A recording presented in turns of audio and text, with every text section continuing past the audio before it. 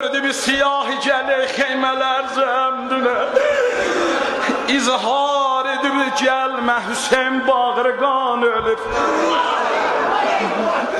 Mən bir kəzəm qəbilədə pir o cavan ölür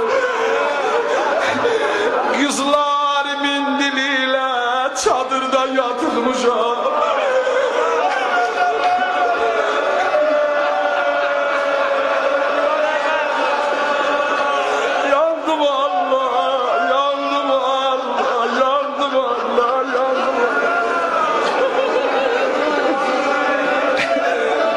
Ne haber var benimle?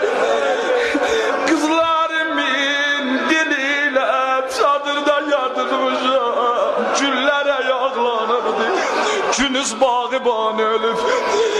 Gündüz benim evim yıkılıp